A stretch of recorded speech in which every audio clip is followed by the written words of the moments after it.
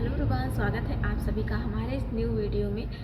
जैसा कि मैंने आपको कल एक वीडियो बना करके बताया था कि जो हमारा HRMS और ई शिक्षा कोर्स है दोनों को एक साथ जोड़ा जा रहा है, और इसके मैंने बहुत सारे बातें भी बताई थी कि जोड़ने से क्या क्या फ़ायदा होगा। लेकिन एक चीज़ थी जो मैंने आप लोग के साथ नहीं बताई थी और आप लोगों ने भी कमेंट में कुछ भी नहीं बताया, तो उसी पे पूरी बात करेंगे। मेरा नाम है गीता और मेरा सिलेक्शन हुआ है BPSC TRE 1 में PRT में, और अभी मैं गया जिले में पोस्टेड हूँ। तो मेन रीज़न ये बताया गया है कि आपका जो ई शिक्षा कोर्स है और HRMS को एक साथ जोड़ने का मेन रीज़न यही बताया गया है कि जो हर महीने की एब्सेंटी होती है वो आपके स्कूल से प्रखंड तक जाती है, और प्रखंड से फिर ट्रेजरी में जाती है। आपके डिस्ट्रिक्ट का जो ट्रेजरी होगा वहाँ पर जाती है, और ट्रेजरी से ही आपका जो पेमेंट है आपके अकाउंट में रिसीव होता है। तो ये हो गई सैलरी की प्रोसेस। लेकिन इसका क्या फ़ायदा होने वाला है सरकार को, गवर्नमेंट को, तो इस पर बात करेंगे। तो जो एब्सेंटी होती है कभी कभी प्रखंड से बहुत लेट पहुंचती है ट्रेजरी तक, जिसकी वजह से आपका पेमेंट भी लेट से रिसीव होता है। तो इसके लिए इन्होंने ये बोला है कि जो आपका अब अगर प्रखंड से आपका एब्सेंटी टाइम से नहीं पहुंच पाता है तो ये जो है HRMS से और ई शिक्षा कोर्स से ये लोग डायरेक्ट ले लेंगे।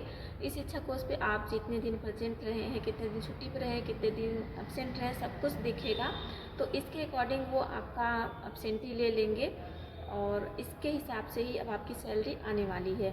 तो इन्होंने लास्ट में ये भी बताया है कि जो आपका अगर आप किसी दिन एब्सेंट हो बिना बताए तो आपकी सैलरी उस दिन कट भी सकती है, या फिर आपसे स्पष्टीकरण पूछा जा सकता है। तो कुछ अब चेंज हो रहा है, क्योंकि अभी अगर ये दोनों सक्सेसफुल हो गया HRMS और इस शिक्षा कोर्स को करने को, तो ये जो सैलरी एब्सेंटी बन के जाती है हर महीने में भी अब ये भी बन के नहीं जा सकती है, क्योंकि अगर दोनों एक साथ हो जा रहे हैं तो लीव की प्रॉब्लम भी ख़त्म हो जा रही है। क्योंकि अभी इस शिक्षा कोर्स में सिर्फ 2 ही लीव हैं और बाकी लीव HRMS पे हैं। तो ये दोनों तो हो गया, और इस शिक्षा कोर्स पे आपका पूरे 1 महीने का या फिर पिछले जितने भी महीने हैं सभी महीनों का आपकी उपस्थिति रहती है कि आप कितने बजे आए, कितने बजे गए, सब कुछ पूरा डिटेल में रहता है।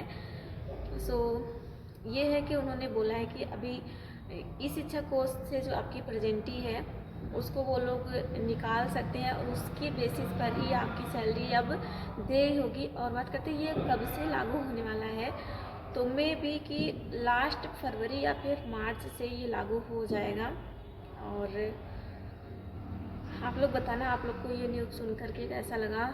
मुझे तो थोड़ा सा शौक लगा था सुन करके कि ऐसा हो रहा है, क्योंकि वैसे कोई दिक्कत नहीं है। ऑनलाइन अटेंडेंस बन रहा है तो सभी लोग टाइम से आते हैं, टाइम से ही जाते हैं। जिस दिन छुट्टी रहती है या फिर जिस दिन सब लोग लीव पे रहते ही हैं। एब्सेंट कोई बहुत मुश्किल से ही होता है, मीन्स स्कूल आए और मोबाइल में कोई प्रॉब्लम है या फिर नेटवर्क प्रॉब्लम है, उस दिन नेटवर्क मतलब नहीं चलता है, तो एब्सेंट प्रेजेंट ही नहीं बन पाती है। हम लोग का जो है ऐप वो काम कभी कभी नहीं करता है, तो इसी वजह से थोड़ी प्रॉब्लम हो सकती है। तो इससे ये बचा जा सकता है कि आप 1 महीने का जब तक आपकी सैलरी नहीं आ जाती है, मीन्स अभी अगर फरवरी चल रहा है तो फरवरी का पूरे जितने दिन इन करो, जितने दिन आउट करो, या फिर आउट के टाइम पे ही आप लोग अपना एक स्क्रीनशॉट ले सकते हो।